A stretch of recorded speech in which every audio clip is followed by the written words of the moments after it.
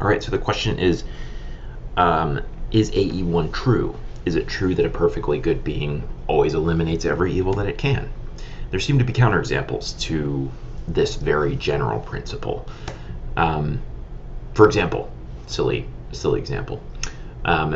Suppose that you go to visit the doctor because you've got a paper cut on your finger. Paper cuts cause pain, mild amount, but any pain or suffering counts as an evil. The doctor, who you know is perfectly good, tells you that she can immediately get rid of that evil that you're experiencing. You don't have to wait for the thing to heal. She's not gonna like give you some Neosporin and a Band-Aid. She proposes that she can immediately get rid of the evil by taking off your hand. She takes out her surgeon's equipment and says, all right, we're going to put you to sleep, we're going to take off that hand, and you won't have a paper cut anymore. And you go, whoa, no thank you, and probably immediately go report this person and say they should not be practicing medicine anymore. If this happened, you would of course conclude, sure, that doctor was proposing to eliminate an evil, but she was doing it in a way that showed that she was a very bad person, or just like very confused, right? She was gonna eliminate this evil by depriving me of a hand, which is a much worse evil at the end of the day. Now, a perfectly good doctor, of course, if she really were perfectly good, in other words, would not do such a thing. She would say, I see that that's an evil, and I'm really sorry that you are experiencing this pain. There's not a lot I can do for you right now. I could, in principle, remove your hand, but of course I'm not going to do that. Why? Because although I can eliminate this evil of the paper cut, the only way I can do it right now is by introducing a greater evil. Because I'm good, I'm not going to even contemplate doing something that I could do. This seems to show that in general, oh yeah, got a little animation there. Oh, evil eliminated. In general, of course, like this is silly, but the same kind of point applies to like the parent case that we discussed, the parent and the bully, right? Perfectly good parent might have very good reasons for not eliminating, intervening in, preventing certain evils that might befall their children, even though they know they could eliminate it. If they know that in the process they would either be introducing another evil or eliminating a greater good for the child, then their goodness would lead them to refrain from eliminating an evil, even if they could eliminate it. And what this shows, the lesson here, is that a perfectly good being doesn't eliminate every evil that it can eliminate, but some subset of those evils. Take all of the evils that a perfectly good being has control over. Some proportion of them are evils that the only way they can eliminate it is by introducing more evil into the world. Those are the ones they're not going to eliminate. There are other evils that they can eliminate, and they can do it without in the process causing more evil or depriving the world of a greater good. Those are the ones that a perfectly good being, if she's perfectly good, will eliminate. So what we need to do in order to strengthen our premise here, first premise, is to restrict it, make it more specific. And once we make it more specific, these kinds of counterexamples won't bother it anymore, won't be counterexamples anymore. They're counterexamples to the old version, but not to this new one. So here's the new, what we'll call RE1, the new version. A perfectly good being eliminates every evil that it can eliminate without thereby causing a greater evil or eliminating a greater good. No longer does the case of the perfectly good doctor show that this is false, because precisely the reason why the perfectly good doctor doesn't remove your paper cut right here and now is that the only way they could do it is by doing either one of those two things or both. But notice that once we now slot this into our argument,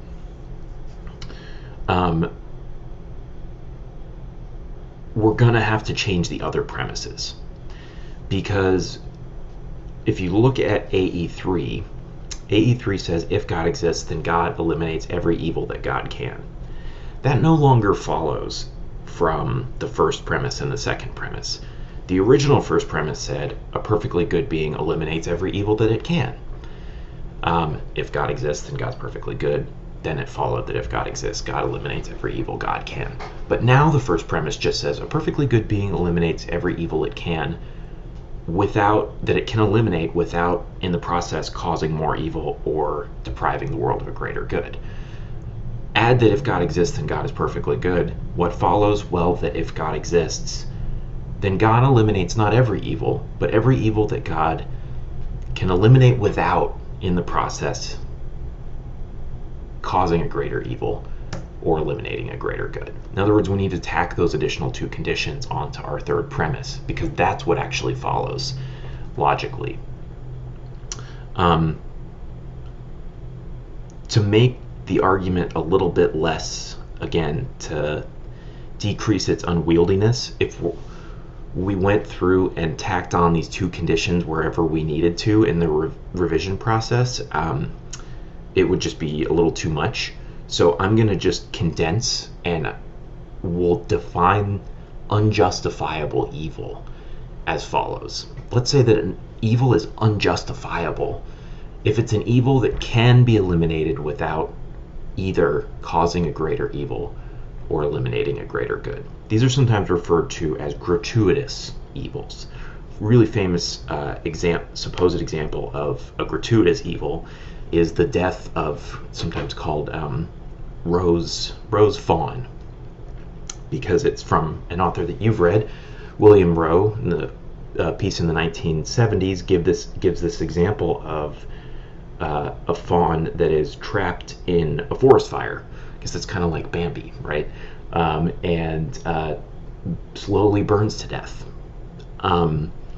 Rowe's claim is that this is a gratuitous evil. This evil, if it were eliminated from the world, there's no obvious bad consequence of God intervening and sparing the fawn from that suffering. What is the great good that's going to be deprived if God intervenes and prevents that suffering? What is the greater evil that's going to be introduced into the world that God is worried about and says, I wish I could intervene, but I can't? We're going to call these unjustifiable evils. You could call them gratuitous if you want. And an unjustifiable evil, if it exists, is just an evil that could possibly be eliminated without causing greater evil or eliminating a greater good. So let's slot this unjustifiable evil phrase in instead of the longer, chunkier expression. And now what we have is, here are just the first three premises. RE1, perfectly good being eliminates every unjustifiable evil that it can.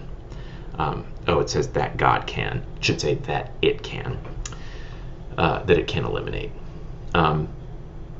If God exists, then God is perfectly good. Therefore, if God exists, then God eliminates every unjustifiable evil that God can eliminate. We're also going to have to go through and revise the other premises. So, because otherwise, remember, this entire argument, each step builds on previous steps. So we're trying to get down to the conclusion that somehow God's existence rules out evil. And if we didn't fiddle with the rest of the premises, it would no longer be valid. So to ensure validity, let's change it. An omnipotent being can eliminate unjustifiable evil, just as plausible as the claim that an omnipotent being can eliminate every evil. In fact, it follows from that claim. If God exists, then God is omnipotent. That's unchanged. So if God exists, then God can eliminate every unjustifiable evil. Follows from 4 and 5. And then 7 follows from 3 and 4. Before 7 said, therefore, if God exists, then God eliminates every evil. Now we've got a weaker claim. Therefore, if God exists, then God eliminates every unjustifiable evil. Therefore, if God exists, there is no unjustifiable evil. So remember, RE or AE8 originally said if God exists, then there's no evil at all. Now, in order to, because we had to change the argument once we strengthened the first premise, now RE8 says if God exists, then there's no unjustifiable evil. It doesn't say no evil at all, but no evil that's gratuitous. And this is the most important change. We're also going to have to change the ninth premise, which before, remember, just was there's evil. But if we're going to get the conclusion validly that God does not exist, 8 says if God exists, there's no unjustifiable evil.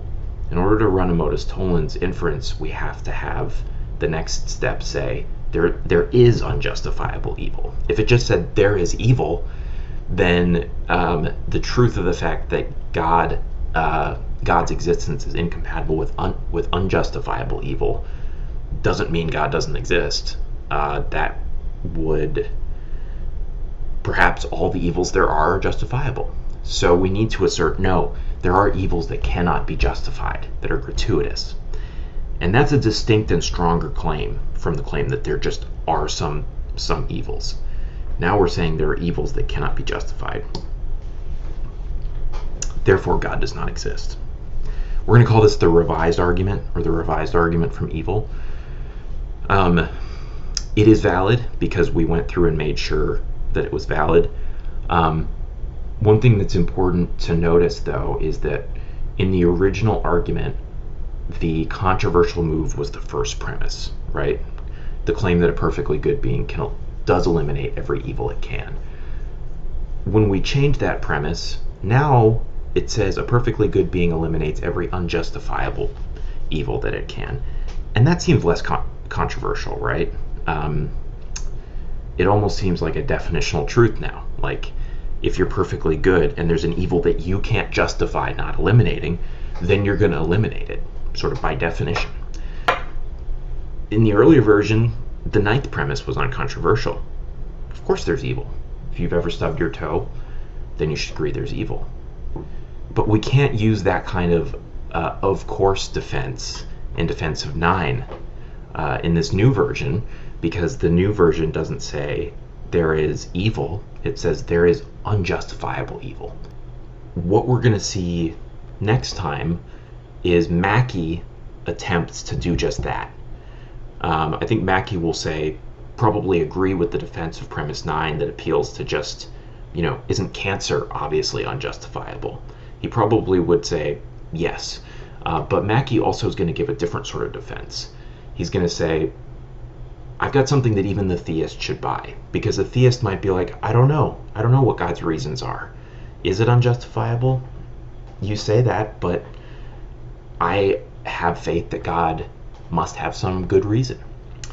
And Mackey wants to say, look, you theist, you have reason to think that of the evils there are, some of them are such that there can be no justification for them. And his defense appeals to the notion of omnipotence. And we're going to call that Mackey's omnipotence defense of RE9. We'll talk about that on Monday, and we will discuss the omnipotence defense and have a look back at the Mackey reading, specifically at his discussion of higher order goods, because the key dispute perhaps between theist and atheist is going to be over the truth of premise 9 and higher order goods, and the concept of omnipotence is going to play a key role. I'll see you then.